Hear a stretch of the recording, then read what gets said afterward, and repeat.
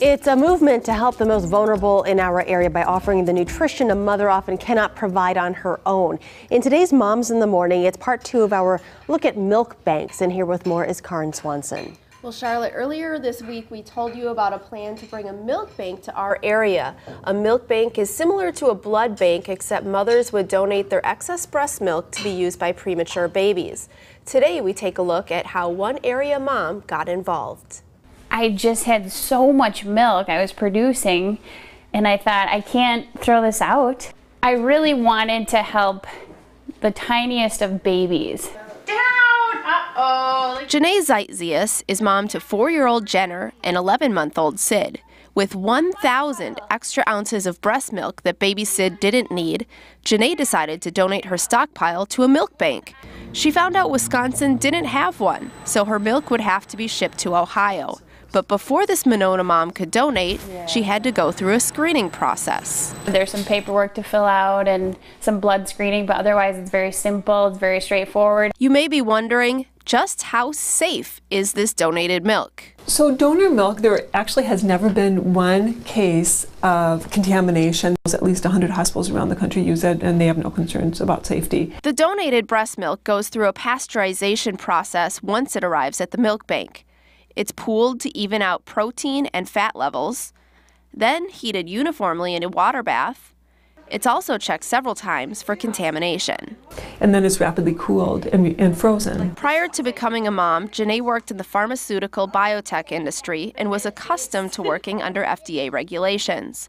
Milk banks are not FDA regulated, but there is a close association between the FDA and Habana, the nonprofit organization that oversees milk banks. And with a biology background that I have, I've studied viruses, I've studied bacteria. The process that they use to pasteurize the milk is very safe. I would feel completely safe using it if I was put in that position ever. And here's the thing, the public is not aware that it's an option. When you have a premature baby, it's not apparent that human milk is an option. Janae and Dr. Eglash know this milk bank will help many babies. They also hope it will bring increased awareness to breast milk donation. It's become a very emotional calling for Janae. I don't think there's any reason why a premature baby should die in this nation. So I'm hoping we can change the standard of care. You know, it's just like, if you can help these babies, do it. There's no other way. Breast milk donations from Wisconsin will continue to go to the Mother's Milk Bank of Ohio until the new Mother's Milk Bank of the Western Great Lakes opens. Dr. Eglash hopes this will be in the middle of 2012.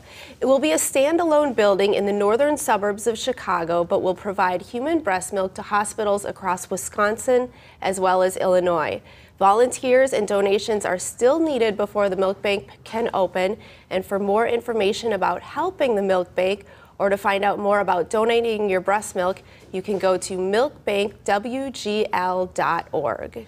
You know, that is something, it really is truly needed. I know some other mothers who have had excess and, like, you know, it's liquid gold. You don't want to be tossing that stuff out. You work so hard to produce that milk, and you don't realize that this is even an option. I wasn't even aware of it when I was nursing. Well, next year, keep our fingers crossed. Yep, Thank you, exactly. Karen. We'll be right back.